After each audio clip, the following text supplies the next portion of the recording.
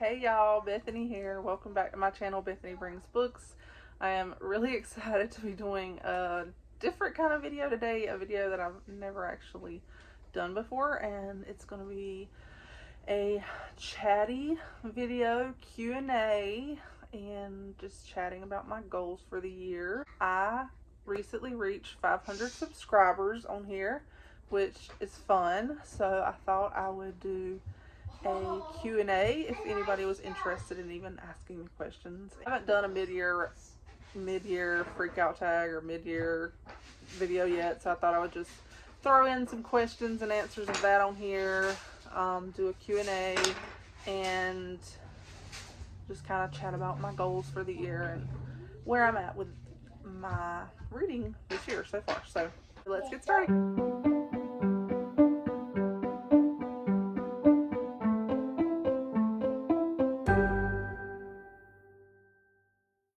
So, like I said, I recently got to 500 subscribers, and it's definitely been a long time coming.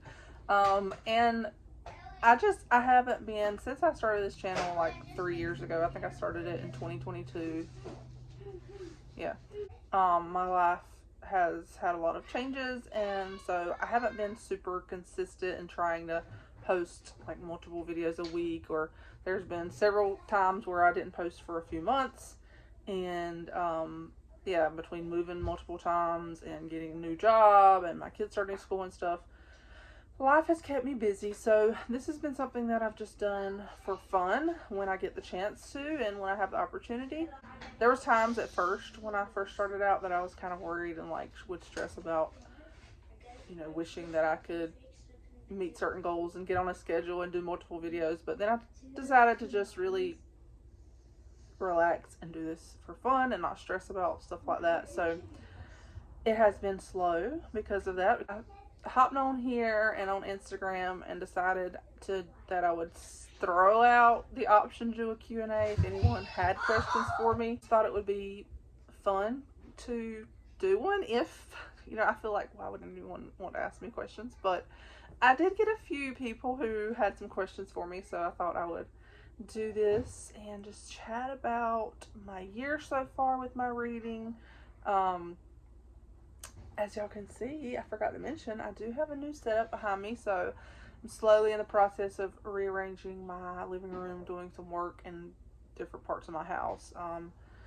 Just a lot going on with that, but right now I have I've gotten this set up in my living room, and I love it. Like, my living room is finally just the coziness. It's coming into this cozy atmosphere that I love, especially this little nook over here. So I'll probably be doing most of my videos over here from now on. So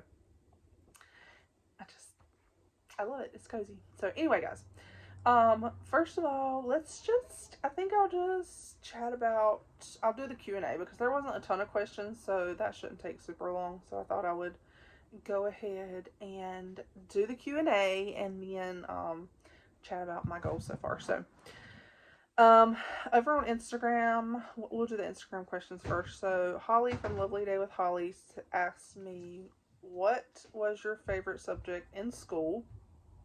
And my favorite subject was probably history. I loved history in school. Like, I don't know, I just loved it so much. I especially really liked not as much world history, but I loved like American history, especially, and North Carolina history, and just I liked history in general, but American history particularly was what fascinated me. Yeah, that was really my favorite subject. I loved it so much. I was not a math fan at all. I struggled with math. I was not really a science fan. It depended on what it was. Some stuff interested me, like health and learning about the body and stuff like that. I guess being a nurse, go figure. But I wasn't, the science part about like learning about the planets and space and stuff like that didn't interest me. Yeah, very much into history. Her second question, have you ever been in a hot air balloon? And this question makes me smile and laugh because it's so random. No, I have not ever been in a hot air balloon, although I think it would be fun. And now I'm wondering, have you ever been in a hot air balloon, Holly? Because that is a very interesting question. No, I haven't. I haven't, but I do think it would be fun. Number three, when do you get road rage? So I am pretty easygoing, I think, when I drive, but something that really irks me is when somebody like passes me really fast and goes around me and then turns right in front of me. That annoys me so bad. Like that really does irk me. Like if they're flying around me like they're speeding to get somewhere, but literally as soon as they get in front of me, they turn. And I'm like, you couldn't have waited like 2 seconds till I passed the road so you could turn onto it. Yeah, that annoys me. Road rage is something that I think is kind of, for the most part, pointless. Like, what's the point in getting mad about other people driving? But that does annoy me. But I never was like a super easily offended driver. But I also have become a lot more forgiving after the past 4 years, just realizing at times when I have driven, driving in my car sometimes is my place where I'm alone at times, driving back and forth to work and stuff. And especially after Clay died, there was a lot of times I would be driving back and forth different places alone. And so I had a lot of cry sessions in my car. And a lot of times that I thought, man, mentally, there's been times, that I've probably done some things that other people probably did get mad at me for because of my mind. I was in such a brain fog and mental. Maybe I was driving too slow, or maybe I did accidentally pull out in front of somebody or turn in front of somebody. And um, I just have been a lot. This is like a rabbit trail, but I've learned to be a lot more gracious and thinking about that whenever I think about all the other drivers on the road, not knowing literally what they're going through as they're driving every day. Like, you have no idea what circumstances they're facing. So give them grace. Another friend on there, Amy, an Instagram friend and a commenter, asked me, have you thought about getting remarried again? This could be really long. I could answer this. I'm very long-winded, but yes, have thought about getting remarried again. I probably think about it almost every day, and that sounds dramatic, but um, I really do. I probably do think about it every day. Just in the ins and outs of being lonely, I guess, and wishing I had someone here, a partner. So many different factors to this question. First of all, just the factor of availability. I am 33. I have 3 children. There's not many people in my circles, not many men in my circles that would even be, if I did want to date, would even be available.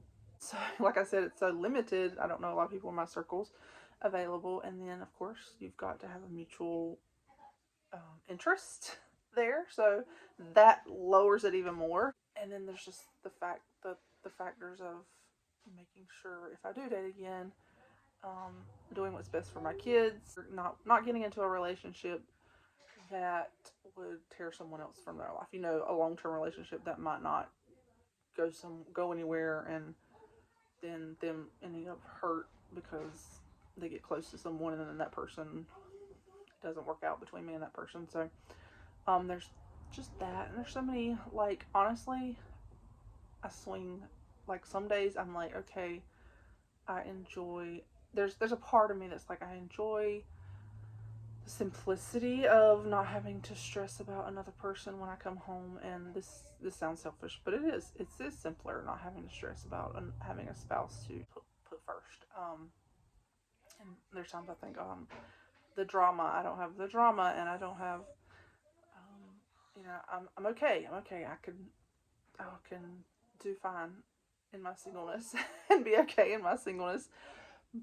But even the days I think that, there is still that underlying deep down inside loneliness and wishing that I had someone here that I could just share life with and share day-to-day experiences, and wishing that I had someone that I could talk to, a friend, and someone that would choose me for me and love me. deeply and that I could love back. And yeah, it gets very lonely. So deep down, yes, I do want to remarry. Um, or I have thought about remarrying. Deep down, there is a loneliness and a part of me that longs for that. There is a lot of underlying fear I have about getting in a relationship. I don't feel worthy. Uh, I just struggle a lot with my flaws and not feeling like I'm good enough to be in a relationship. And I know that's something that I need to work through. But yeah, I definitely struggle with um, just feeling like I'm not good enough to be in a relationship, and just, I don't know, just my self-image and being overweight is something I struggle with as well. I've even considered like dating apps, but that's probably one of my biggest fears is rejection over my appearance. And I know that sounds really shallow, but it is something that I worry about and feel like very self-conscious about, and just also thinking like, sounds crazy, but feeling like I would ruin someone's life. And I know that this is not something that only I struggle with. I've chatted with other friends about this, and those of us that have a lot and a baggage and a lot of stuff in our past, it's a struggle. All of the worries and the fears, and I just have to remember to trust God and put it in His hands, and that I've prayed about it. If it is His will for me to pursue another relationship with someone, that He will just give me wisdom and guidance. So the long answer. Okay, so off YouTube, I had a couple of people. Tales and Treats with Tay said, "What do you love about where you live?" So I live in North Carolina in a very rural area in mid, like central North Carolina. So I would say central slash eastern, central slash eastern North Carolina. And growing up, I actually did not like where I live. I thought I just, like, the county that I live in is very flat and very rural. And so, like, I used to think, this is just the ugliest place. But as I became a teenager and an adult, I learned to really appreciate where I live. It's interesting the huge difference just between county to county here in North Carolina, and I'm sure it's probably like that other places, but I moved to a adjoining county while I was married, and it was much more populated. We were much closer to larger cities, and so like that was convenient when we lived there. It was convenient being able just to run up to like some of the larger areas to Target, and just a lot of the amenities that come with that I enjoyed. And then for the brief period of time that I also lived in the city, when I was living in an apartment several years ago, one of the big things about that I enjoyed was the really the ease of like Walmart delivery. Like there was a Walmart literally like a couple miles down the road from my house, so that was really nice. That was really nice. But what I love about where I live now is just, even though it is more rural and definitely a lot more time to get somewhere, like the nearest Target is probably 45 minutes away, I enjoy just the peacefulness and the beauty. I do live like in the middle of fields, so it's very much farming country around here, and it's very peaceful. Even though I live kind of on a somewhat busy highway, it's still nice just to kind of ride the back roads, and I like living close to my parents. That's a big help. Um, I like how it's not as crowded here as where I lived when we were married, when Clay and I were married. It was getting a lot more crowded there, and that area is just continually like seeing tremendous growth. A lot of people are moving in to those areas, and out here where I live now, it's very quiet and rural, and I like that. I like that. Although we are getting a few things here and there, like a few miles down the road, they've opened up. There's this little intersection where they have a gas station, and they've just opened up the cutest little ice cream and coffee shop, and so we were so excited about that. That was fun because it's like just a couple miles away. So it is exciting to get those little things nearby where we don't have to drive quite so far. But yeah, I love how laid back, and I think the people in the community I live in, because it is very much a farming community, agricultural. Really explain it. It's just more traditional, I think, and more conservative, and more kind of that nostalgic feeling that I remember from my childhood. Those farmers wearing their trucker hats and their overalls, and congregating at the local gas station every morning, and just, I don't know, there's just a peacefulness. So how do you keep up with everything as a busy working mom? Short answer, I do not keep up with everything as a busy working mom at all. This stresses me out greatly. There's literally, I'm not talented at keeping up with everything. If you could, I'm just not. I'm not. First of all, it's not my personality. Like I think I have OCD, and I feel like I have some ADD tendencies with cleaning and stuff like that. I just really, and that's been something I've struggled with my whole life, even as a teenager.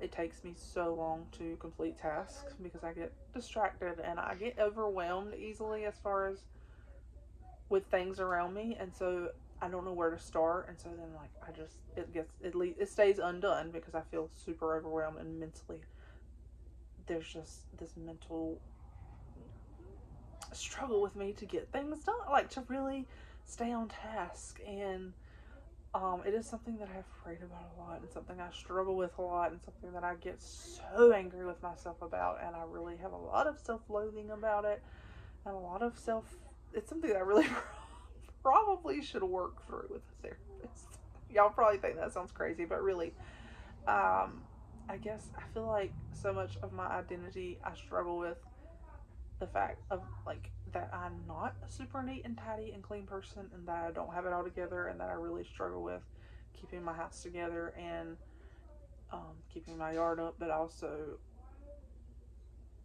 wanting the time to read and the time to relax. Like I just cannot mentally function if I work all the time and don't take time to in the evenings to spend some time reading, or to have a little bit of time doing something that's not work and mentally like decompress. I can't do it. And so like me working, mostly the summer I've been working almost every day. In the evenings, it's really hard for me to come home. Like mentally, I just do not feel like coming home and tackling laundry and tackling dishes and cooking supper and doing all the things and keeping up with the house. So it has been a challenge. There have been times that I've done a little bit better. My mom has helped me out a lot. She'll come sometimes and clean my house, and because my mom is like superwoman when it comes to cleaning. That's what she cleans houses for a living. So she's like superwoman and can come in and clean my house up like in a couple hours and easily. Whereas I cannot even clean my living room and kitchen in a couple hours, because the only time I can do it is if there's some days when I'm in a certain frame of mind where I don't know it's just when I'm having a good day, and I can like not feel like I have to organize everything, and I can just do a good clean like my mom does. My mom can come in and clean like that because she can, I don't know how I don't know, because she can put stuff away and not stress about, oh, this isn't done exactly right. And me, I'm like, this has to be done a certain way, this has to be put a certain place, blah blah blah. Anyway, my mom can come in and just do a great job. But when she does come and help me like that, then it does help me stay on track for a while. Like earlier this summer, she helped me, and I had this little book I'll show y'all, found on Amazon, called Cleaning Schedule and Checklist. I had googled like ADD help because I also forget, like, and I just feel really like every day when I get up, I struggle with, without having direction, I struggle with knowing what to focus on. So this actually helped me a bit. I need to get back to it, but I'd used this for a few weeks.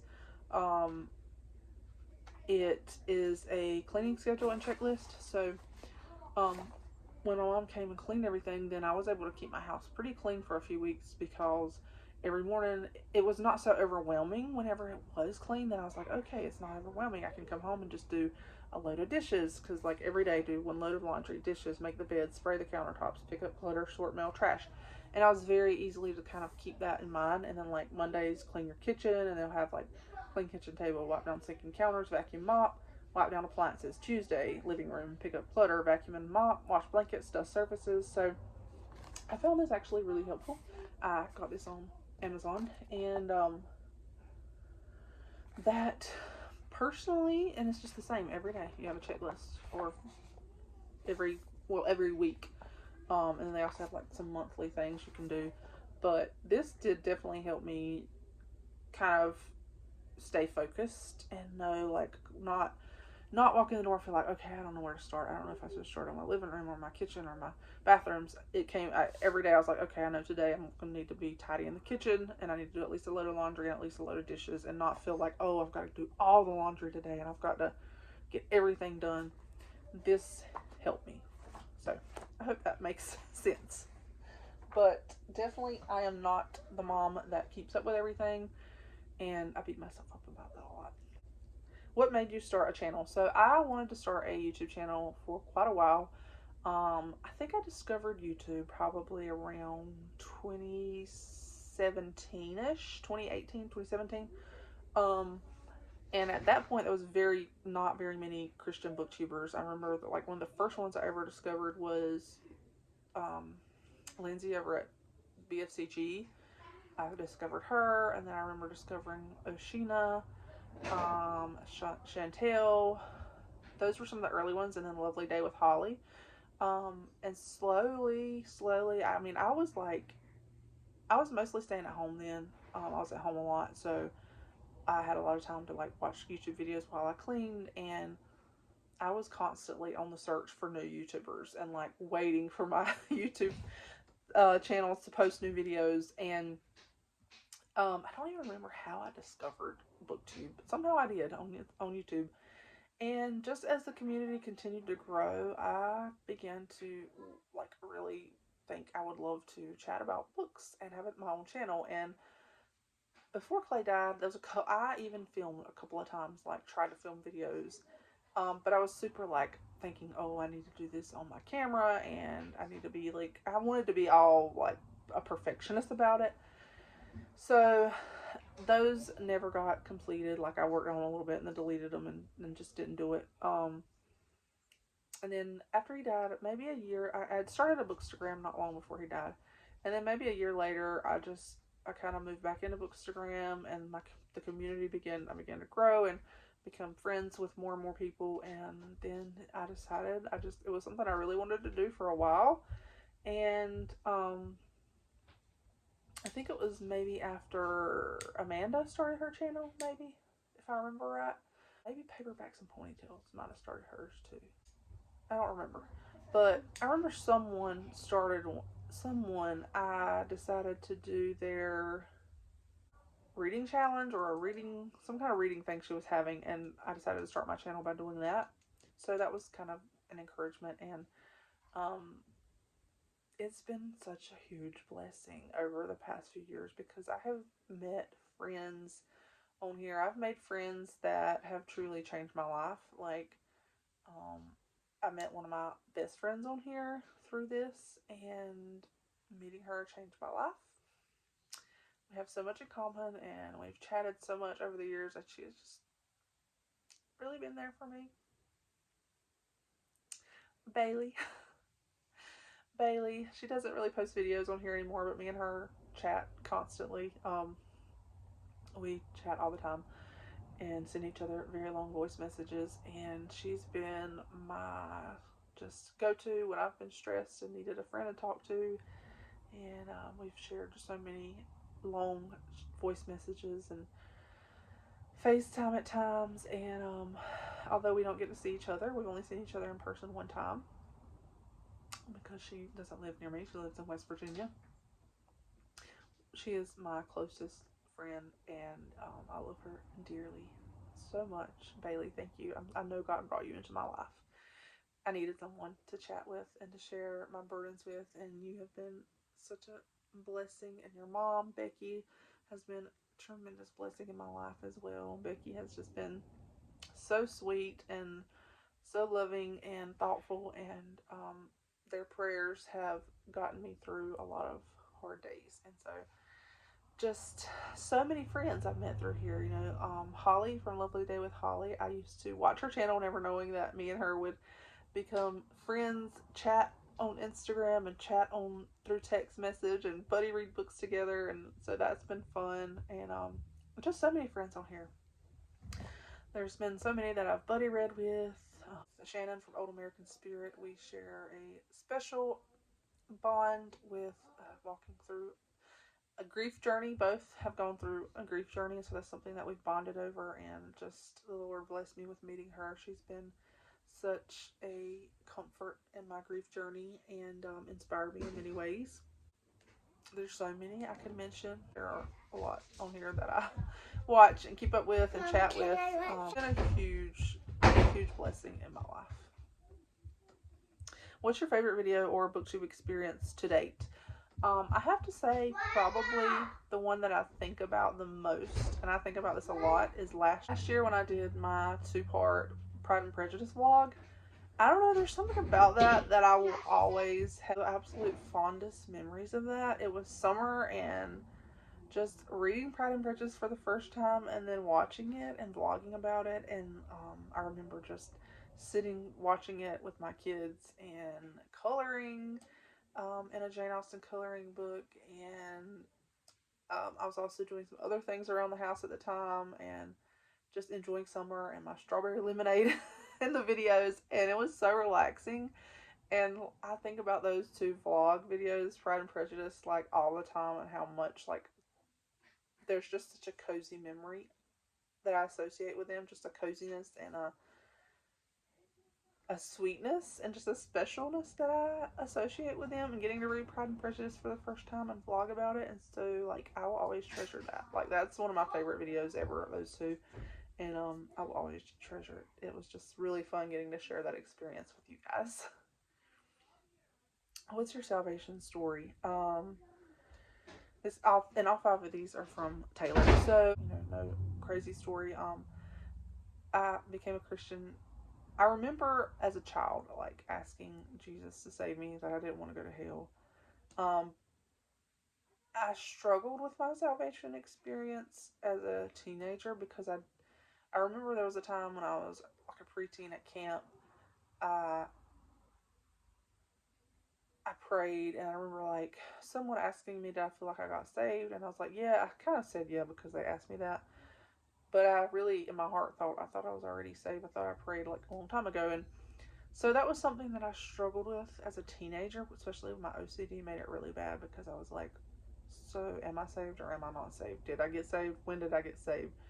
Like, and mentally, like I can look back now and see where the struggle was like part of that whole OCD loop, and like why was it so hard? Because I just had this struggle, like, well, what if I wanted to be a Christian and I wanted to follow Jesus, but there was this part of me that thought, since I don't know if I ever really asked him into my heart and really said, Jesus, please forgive me of my sins, like I don't remember if I ever really did that, am I really a Christian? It's like almost this growing up in a Christian household and just kind of knowing, believing the Bible and believing God's word and choosing to follow him, but not remembering exactly when that happened for me.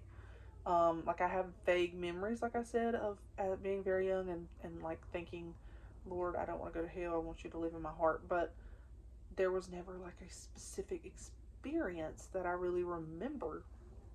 So that was something that I struggled with for a long time. And God finally gave me peace about it and worked and like spoke to me. It was like, you are my daughter, and he gave me like a whole lot of peace about that, and eased that struggle for me. But yeah, basically grew up in church my whole life, and just believe the Bible since for as long as I can remember, believe God's word.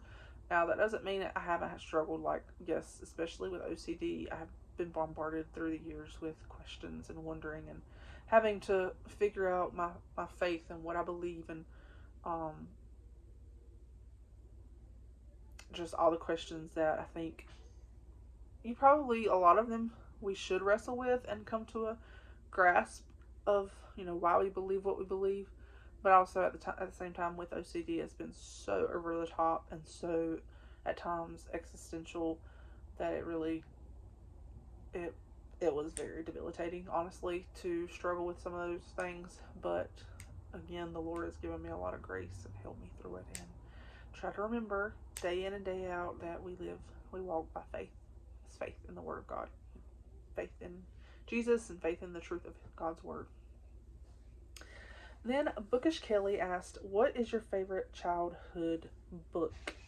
I would have to say, I don't know if I can name a specific book, but only Nancy Drew probably is like my favorite childhood series. Like, I can't think of a specific book right now. If I do think of one later, I will put it up here on the screen.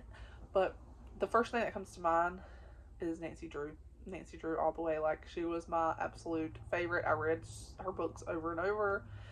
And probably one of my favorites was, what is it? I don't have it over here. It's over there. Like the second or third book. What is it? Something about the attic, maybe? I can't remember what it's called. I'll put a picture up here, but I read that one so many times and loved it so much. Yeah, that was definitely one of my favorites. Love that series. Love the Boxcar Children. There was also another book, and that I will try to put a picture up here, but it was from this series.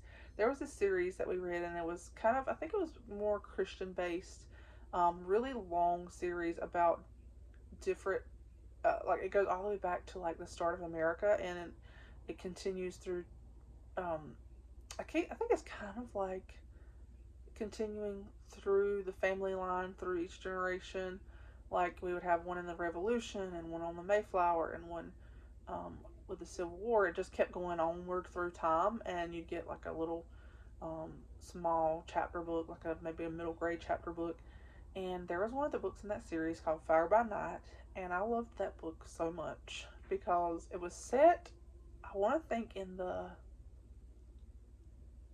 maybe 16 or 1700s.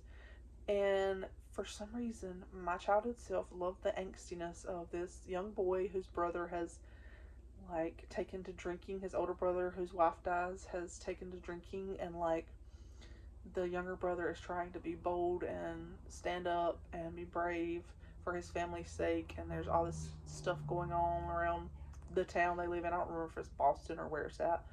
And him and his older brother, like, his older brother beats him up at one point, and that, even back then, I liked that angsty book, and just the, like, pining for how torn the older brother was, and thinking, he's so torn over his wife's death, and he's taking it out on his little brother, and his little brother's being so patient and loving with him. And I loved that book, y'all. I read it multiple times and loved it so much. Like, I reread it I don't know how many times. I'll try to put a picture up here. I have some of those books still, and I want to go back and reread them, because I only read a couple of them. That's the one that I read over and over. And the rest of the series I never really read, even though I had them, but I need to reread them. I need to read them all. How has reading changed your life? This is like a question, like, I don't even know how to answer. I think at a deeper level, reading has made me very empathetic and made me try to give grace to a lot of people, and, like, try to be more gracious in how I handle people in situations. And it's made me love to explore other cultures, and love to explore, even, I think, I love exploring other foods, and learning about other cultures, and learning. And so, at, like, an emotional level, it's definitely changed me. But over the past few years, since Clay died, my reading has changed so much. I've definitely come to love books that grip me emotionally and that carry very deep emotional themes. Um, I have just really, it's really changed me in that way over the past few years. Just really, books have spoken to me at a deeper level. I've learned that books can really just carry very deep themes and very deep messages, even lighthearted books. And there's times like I remember reading an Agatha Christie book a couple of years ago, and I think it was Death on the Nile. And Agatha Christie is not someone that I would really think I would learn some spiritual truths from, but there were some very spiritual things that I grasped from that book. Just some of the things that Poirot, his opinions as he talks to some of the victims and some of the um, the people who like commit the crime in the book, and just some of his thoughts, and it was just very almost philosophical at times, but definitely with a spiritual. For me, they impacted me spiritually. But I found it interesting how I can glean things from like even books like that, it's truths like that I can apply. It was just super interesting to me, like reading that book, and I thought, you know what, these things that Poirot is saying are very insightful and just a very interesting take on like the culture and the attitudes and the reasoning behind these criminals and the things they were doing. So definitely has shaped me as a person, I think, and my character and value. Also through the booktube community, once again, shaping my friendships and my family. And so and what makes you love a book? Well, definitely I love a good character driven book. I love a good plot, but I really love good characters. And what makes me love a book is something that if it really grabs my attention and like I can't put it down, I love that. I love a book that just, those are the books that I really remember well. Like there's some books that I read and that I've even looked back over the years, some books that I've read that were very beautiful books. I gave 5 stars, but they might have been slower and didn't just grab me and like didn't make me have to fly through them. And so they don't really stick with me as much. But books that just grab me and hook me, and especially books that are emotional, like I've already said, and I'm invested in the characters, that makes me love the story. So yeah, if I'm really invested in the story and the characters, if they've grabbed me, their storyline, emotionally, speaking to my heart, that makes me love the book. So there's the questions, guys. I'm sorry this has kind of been long-winded for just those few questions, but that is how I am. Just very quickly, let's talk about my goals. My goals were, one was to read 20 classics. My classics reading has slowed way down over the summer. I've actually only read 6 classics so far this year. And almost, I think probably 90% of them, probably only all of them but one maybe, have been rereads. I've reread 2 Jane Austens, reread Little House on the Prairie, reread The Blue Castle, I read The Woman in White, and I feel like there's another one, Agatha Christie, that I read. That was not a reread. So yeah, at the start of the year, I was like gung-ho, I'm going to read so many classics this year, but definitely spring and summer, my classic reading slowed way down. I think it will definitely start picking back up in the next few months, so hoping that I can really be a lot more intentional with meeting that goal. There's several classics that are on my list to read soon. Lady Audley's Secret is one of them, and I really want to pick up another Wilkie Collins. So there's definitely a few on my radar that I am probably going to be picking up in the next few months.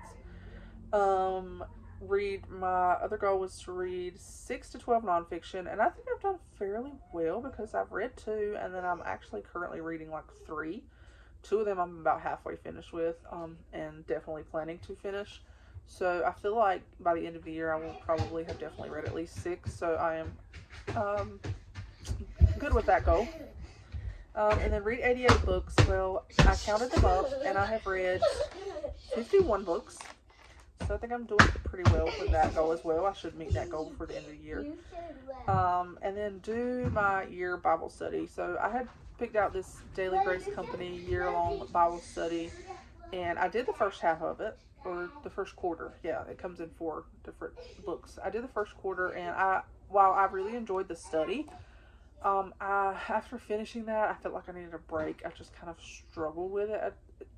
Like, I don't know, I just struggled with it to some degree. Not anything wrong with the study. It's just me personally feeling like I wanted to read like whole chapters, but also in that study you read just small sections at a time sometimes, and I don't know, I felt like I was struggling, and so I decided to take a break and then go ahead back to just kind of reading through the Bible. So I've read Exodus, and then I'm sad to say that I need to be very more diligent on my Bible reading. I've really struggled, but I've read Exodus. I just finished Galatians, and so I set a goal a few weeks ago to read Galatians, Ephesians, Colossians, and the 4 that are in a row. Galatians, Ephesians, Colossians, and Philippians. I can't remember, guys. But there's 4 that are in a row and very short, and I just wanted to kind of take my time reading a chapter a day, so I'm working my way through those now. Anyway, that's what I'm working through right now with that. So yeah, those are my goals. I had a little bit more specific goals. There were some, particular classics I wanted to read, but I'm not going to get into all that right now. This video is already way too long. But, so yeah, I'm working towards those goals, and, this year, some of the things that have changed, really, rereading. I have reread so many books this year. Like, I've reread a lot of books, and I have really learned this year to love rereading. I've fallen in love with it, really. Like, some of my favorite books of the year have been books that I've reread. I've learned that, I don't know, there's been something so special about rereading that I've learned this year. I've been able to just savor some of my all-time favorite books, and really, I think rereading has helped me connect at such a deeper level with these characters, and almost they feel like they've become family in a way. So I reread The Blue Castle, which that one taught me that rereading can definitely make me love a book a lot more than the first time around and change my perspective.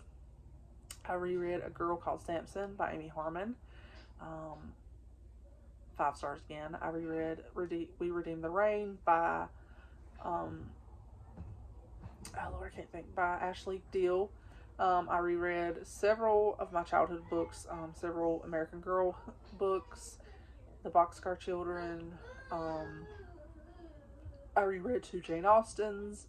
So I have done a lot of rereading this year, and I feel very proud of myself for that. I've struggled with in the past because I really enjoy rereading, but I've also felt like I would rush myself through rereads because there were so many other new books I wanted to read, but I've really just found such joy in rereading slowly this year some of my favorite books and enjoying them so much, and like learning how much I really like them again on the second time around. So that's something that's changed this year a lot, my rereading. And also I've been reading a lot more library books, which is something interesting. I think there's quite a few books that I checked out from my library and read. I also read 2 audiobooks, which is a first for me. I actually had finished 2 audiobooks, which I've never done. I still struggle with them. Definitely not high on my list of like what I read from audiobooks, but I did do 2 and enjoyed them decently, fairly. It's still a struggle for me, but anyway, let's just say right fast, I wanted to mention what my 2 favorite books, or what my favorite book of the year so far has been. There's 2 contenders. I've reread a lot of stuff that if it was not a reread, I would count it as a favorite, but reread a lot of favorites. But as far as first time books that I love this year, The Frozen River by Ariel Lawhon, definitely a top contender.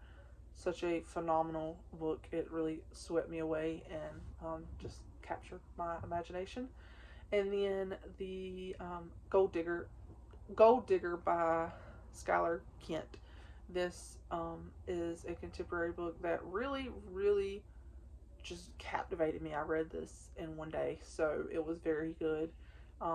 It's one that I think about all the time, and can't wait for the next book to come out in September. So those are my 2 favorites of the year so far. I've read a lot of good books, and I would love to chat about more of them. I'm going to try to do a video soon talking about all the books I've read this year, but it's going to have to be fast because I've read 51, so I'm going to have to figure out how to not be so chatty. But anyway, guys, thank y'all for watching. Thank y'all for taking the time to watch my videos, to share, to subscribe.